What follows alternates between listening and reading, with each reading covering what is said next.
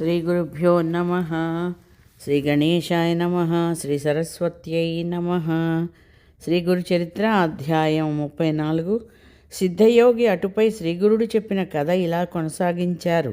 ఆ రాజు పరాశర మహర్షికి నమస్కరించి, స్వామి, ఈ బిడ్డలు పూర్వజన్మలో రుద్రాక్ష మహిమ తెలియకుండానే వాటిని ధరించినా ఇలా రాజపుత్రులుగా జన్మించారు కదా, ఇప్పుడు వాటిని ఇంత శ్రద్ధాభక్తులతో ధరిస్తున్నందుకు ఫలితం ఎలా ఉండబోతోంది అని అడిగాడు.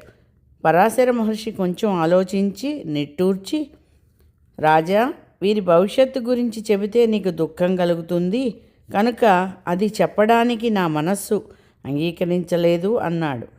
రాజు ఆందోళనతో అదేమిటో తెలపమని మరీ కోరగా ఆ మహర్షి, నాయనా, ఇప్పటి నుండి 8వ రోజున వారు మరణించవలసి ఉన్నది అన్నాడు. అది విని రాజు, అతని పరివారము ఎంతో దుఃఖించి దానికి నివారణోపాయం తెలపమని కోరారు. ఆ మహర్షి ఇలా చెప్పారు, భయం లేదు. శ్రీమన్నారాయణుడు బ్రహ్మను సృష్టించి అతనికి ప్రసాదించిన వేదం యొక్క సారమే రుద్రమంత్రము. అది 4 పురుషార్థాలు ప్రసాదించగలదు. సృష్టికర్త తన వక్షస్థలం నుండి ధర్మాన్ని, పృష్ఠభాగం నుండి అధర్మాన్ని సృష్టించాడు.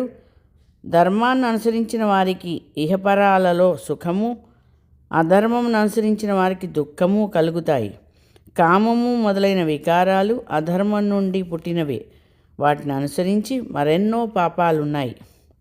కానీ ఏ గ్రామంలో రుద్రజపం జరుగుతుందో అక్కడ ఈ పాపాలు ప్రవేశించలేవు.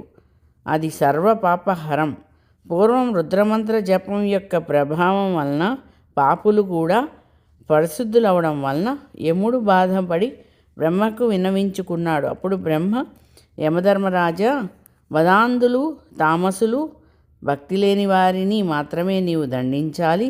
భక్తితో రుద్రం జపించే వారి దగ్గరకు నీ దూతలు వెళ్ళనేకూడదు. అల్పాయువు గలవారు కూడా దాని వలన దీర్ఘాయువు పొందగలరు.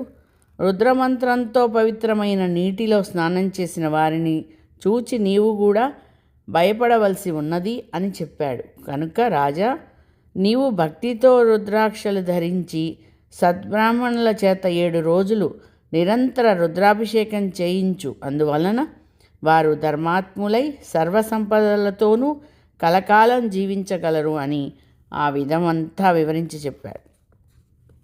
ఆ రాజు ఆ ప్రకారమే 100 మంది సద్బ్రాహ్మణుల చేత 10,000 రుద్రమంత్ర గానంతో 7 రోజులు రాత్రింబవళ్ళు సంతతధారగా శివునికి అభిషేకం చేయించారు.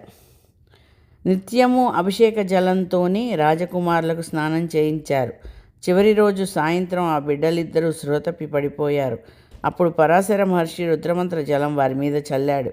వెంటనే వారు లేచి కూర్చున్నారు. అప్పుడు ఆ మహర్షి, బిడ్డల ప్రాణాలు అపహరించడానికి వచ్చిన యమదూతలను శివదూతలు వచ్చి తరిమివేసి ఆ రాజకుమారులను బ్రతికించారు అని చెప్పాడు.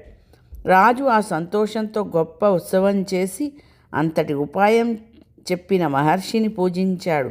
ఇంతలో నారదుడు అక్కడికి వచ్చి ఆ రాజకుమారులకు 12వ ఏట అపమృత్యు భయం ఉన్నదని, అది తప్పితే పూర్ణాయుర్దాయం ఉన్నదని చిత్రగుప్తుడు యమధర్మరాజుతో చెప్పిన విషయం తెలిపాడు. అందుకే శ్రీగురునికి రుద్రాధ్యాయం అంటే అంత ప్రీతి. కనుక నామధారక, నీవు నిత్యము రుద్రాభిషేకంతో శ్రీగురుని పూజించు అని సిద్ధుడు చెప్పాడు. శ్రీదత్తాయ గురవే నమః. శ్రీపాదవ శ్రీవల్లభాయ నమః. శ్రీ నృసింహ సరస్వత్యై నమః. శ్రీ గురు చరిత్ర అధ్యాయం 34 సంపూర్ణము. స్వస్తి. జై గురుదత్త.